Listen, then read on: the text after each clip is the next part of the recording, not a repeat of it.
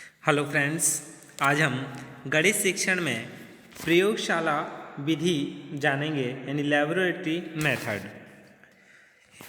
इसको experimental method भी कहते हैं।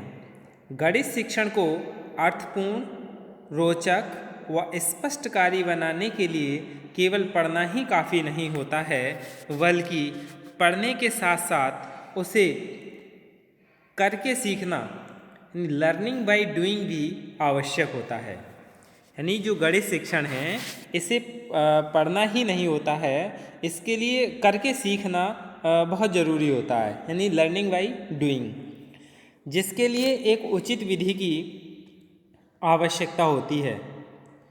इसलिए प्रयोगशाला विधि को मुख्यतः अपनाया जाता है, क्योंकि इसमें करके सीखना यानी लर्निंग बाय डूइंग, अवलोकन द्वारा सीखना यानी लर्निंग बाय ऑब्जर्वेशन, इसमें अवलोकन यानी देख करके भी सीखते हैं, यानी ऑब्जर्वेशन करके। अमूर्त से मूर्त को सीखना यानी फ्रॉम नोन टू अननोन को आधार बनाकर विद्यार्थी को ज्ञान प्रदान किया जाता है। यानी इसमें ज्ञात से अज्ञात की ओर चलते हैं, इसमें अमूर्त से मूर्त की ओर सीखा जाता है। इस विधि में विद्यार्थियों को व्यक्तिगत रूप से प्रत्यक्ष अनुभवों द्वारा और तथ्यों से परिचित होने के अवसर दिए जाते हैं। वैसे भी यह माना जाता है कि यह विधि बालक सुनने व कहने की अपेक्षा जब किसी कार्य को स्वयं करके सीखता है, यानी सुनने व कहने की अपेक्षा जब बालक किसी काम को स्वयं करके सीखता है तो इस प्रकार से उसे जल्दी ज्ञान प्राप्त हो जाता है। वह अधिक लंबे समय तक याद भी रहता है। यानी जब बालक कोई भी काम को खुद करके सीखेगा तो वो क्या अधिक समय तक याद भी रहेगा। प्रयोगशाला विधि में विद्यार्थी प्रयोगों यानी एक्सपेरिमेंट की सहायता लेते हैं व प्राप्त परिणामों के आधार पर ही अंतिम निर्णय तक पहुंचते हैं। इससे विद्यार्थी की समस्त इंद्रियां क्रियाशील रहती हैं, यानी एक्टिव रहती हैं। उनके हाथ भी, कान भी, आँख भी और ध्यान, यानी सब कुछ क्या है, उनकी सारी इंद्रियां क्रियाशील रहती हैं, जिससे वह सरलतापूर्वक कार्यों को सीख लेते हैं। अतः प्रयोगशाला विधि शिक्षण की एक अति उत्तम विधि है, यानी सबसे अच्छी विधि है। प्रोफेसर यंग के अनुसार विचारों का पृथक्करण एवं सामान्यीकरण नींव नहीं है, बल्कि अंतिम उपज है। जो विचार हैं उनका पृथक्करण और सामान्यीकरण ही नींव नहीं है, बल्कि क्या है, अंतिम उपज है। Abstraction and generalisation are rather the growing products than foundation stones. प्रयोगशाला विधि यानी गणित में सत्यता की जांच प्रयोगों के आधार पर ही की जाती है, जिसके कारण प्रयोगशाला विधि की महत्ता और बढ़ जाती है। यानी इसमें क्या है, जो भी हम कार्य किया है उसकी सत्यता की भी जांच प्रयोग के आधार पर ही करते हैं। इसमें विद्यार्थी प्रत्यक्ष यानी जो डायरेक्ट यानी साक्षात अनुभवों द्वारा ज्ञान प्राप्त करते हैं। वे स्वयं प्रेक्षण यानी ऑब्जर्वेशन, निरीक्षण और गणना यानी कैलकुलेशन के द्वारा परिणाम ज्ञात करते हैं। किसी सिद्धांत व नियम की पुष्टि कर उसे अपने शब्दों में व्यक्त करते हैं। इस विधि के द्वारा शिक्षक समय समय पर विद्यार्थियों के कार्यों का निरीक्षण करते रहते हैं, आवश्यकता पड़ने पर उन्हें दिशा निर्देश भी प्रदान करते हैं, जिसके कारण इस विधि में विद्यार्थियों के साथ साथ शिक्षक भी क्रियाशील रहते हैं व दोनों के सक्रिय योगदान के बाद ही प्रयोग पूर्णतः को प्राप्त करता है।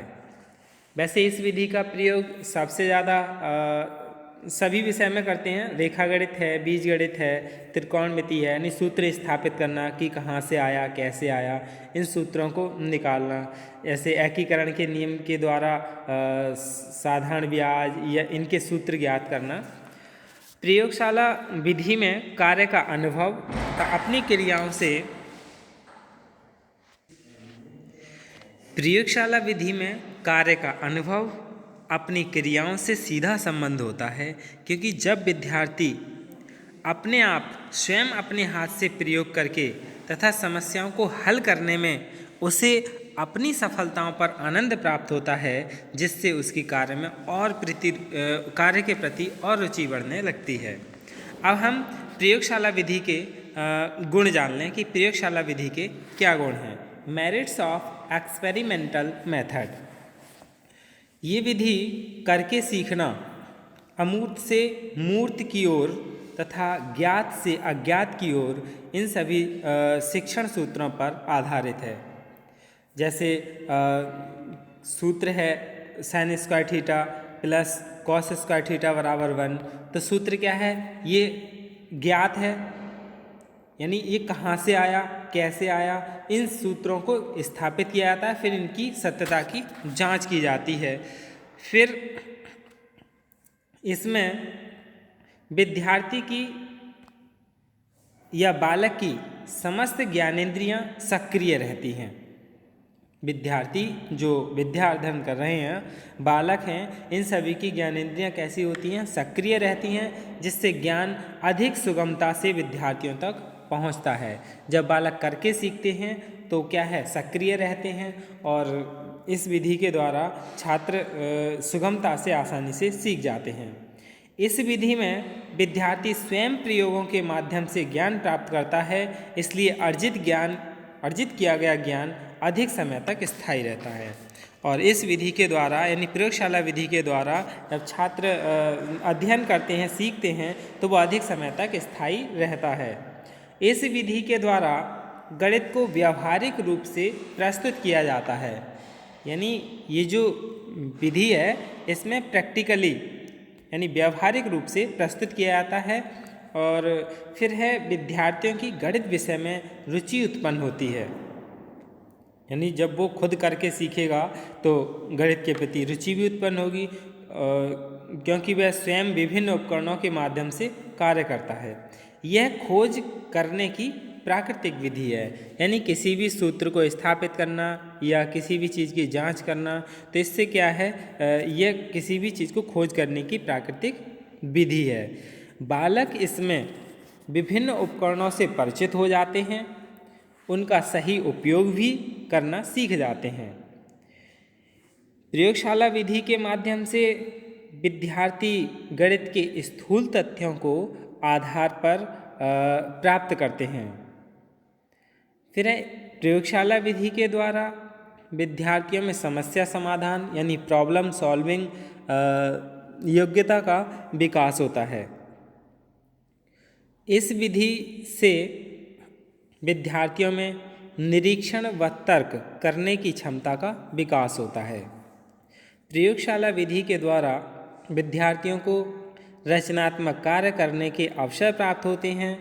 यह विधि छोटी आयु के विद्यार्थियों के लिए अधिक उपयोगी सिद्ध होती है, यानी ये जो विधि है ये छोटी आयु के विद्यार्थियों के लिए अधिक उपयोगी सिद्ध होती है। इस विधि के माध्यम से गणितज्ञ दृष्टिकोण उत्पन्न होता है और गणित विषय के प्रति स्वस्थ दृष्टिकोण भी पैदा होता है, क्योंकि उसको जो ज्ञान है वो विश्वसनीय है, वो अपने उपकरणों के द्वारा और स्वयं करके सीख रहा है, तो उसका क्या है, गणित के विषय के प्रति स्वस्थ दृष्टिकोण भी पैदा होता है। हम प्रयोगशाला विधि की सीमाएं जान लें, यानी limitation of demerits of laboratory methods. तो क्या हैं इसकी सीमाएं? ये विधि अधिक खर्चीली विधि है, क्योंकि इसमें उपकरणों की भी आवश्यकता होती है, इसलिए सभी विद्यालयों में इसका प्रयोग नहीं किया जा सकता है। अधिकतर विद्यालयों में गणित विषय से संबंधित उपकरण ही नहीं है। उन्हें सिर्फ एक ही ढर्रे से पढ़ाया जाता है, यानी रटाया जाता है, और खुद अध्यापक ही इसमें सक्रिय रहता है। यह विधि अत्यधिक समय लेती है, क्योंकि जब आप किसी चीज़ को सूत्र स्थापित करेंगे तब उस सूत्र के द्वारा समस्याओं को, जो भी सवाल है उन्हें हल करेंगे, प्रश्नों को हल करेंगे, तब क्या है इसमें समय अधिक लगेगा। इसलिए पाठ्यक्रम, यानी जो विस्तृत पाठ्यक्रम है उसको इस विधि से सीमित समय में पूरा पढ़ाया नहीं जा सकता, इसके लिए काफ़ी समय चाहिए। फिर प्रत्येक विद्यार्थी की कार्य क्षमता समान नहीं होती है, अतः सभी विद्यार्थियों के लिए यह विधि समान उपयोगी नहीं है। क्योंकि कुछ विद्यार्थी ऐसे होते हैं सिर्फ सीखते रहते हैं, खुद नहीं कर पाते हैं, क्योंकि कार्य क्षमता एक जैसी नहीं होती है। कोई धीमे से करता है, कोई एक साथ जल्दी से कर देता है, क्योंकि विद्यार्थी कई तरह के होते हैं, प्रतिभाशाली और विशिष्ट बालक, यानी सभी विद्यार्थियों के लिए यह विधि समान उपयोगी नहीं है। यह विधि छोटी कक्षाओं के लिए उपयुक्त नहीं है, क्योंकि छोटी कक्षा के विद्यार्थी मानसिक रूप से उस स्तर के नहीं होते कि वे प्रयोग व निरीक्षण कर सकें। इसलिए वे कुछ सीखने के बजाय उपकरणों से खेलना शुरू कर देते हैं। इसलिए ये प्रयोगशाला विधि छोटी कक्षाओं के लिए उपयोगी नहीं है, ये बड़ी कक्षाओं के लिए ही उपयोगी है। नहीं तो छोटी कक्षाओं के छात्र उन उपकरणों से खेलना शुरू कर देते हैं। प्रत्येक शिक्षक प्रभावशाली ढंग से इस विधि का प्रयोग नहीं कर सकता है, क्योंकि इस विधि का प्रयोग एक प्रशिक्षित अध्यापक ही कर सकता है। गणित शिक्षण में अनेक उपविषय होते हैं जो इस विधि के माध्यम से नहीं पढ़ाए जा सकते हैं। गणित के उपविषय क्या हैं? रेखा गणित, बीज गणित, त्रिकोणमिति और अंक गणित, ये सभी क्या हैं इसके उपविषय हैं, और सभी में इसका प्रयोग नहीं कर सकते हैं। अधिक बड़ी कक्षाओं, यानी संख्या के आधार पर बड़ी कक्षा, ऐसे नहीं कि बड़ी कक्षा, ज़्यादा संख्या जहाँ हो, में इस विधि का प्रयोग नहीं किया जा सकता, क्योंकि इतने उपकरण नहीं होते हैं और ना ही इतने बच्चों पर एक साथ अध्यापक दृष्टि रख सकता। इस विधि से विद्यार्थियों में नकल करने की प्रवृत्ति को बढ़ावा मिलता है। तो ये क्या है? प्रयोगशाला विधि की सीमाएं हैं। धन्यवाद।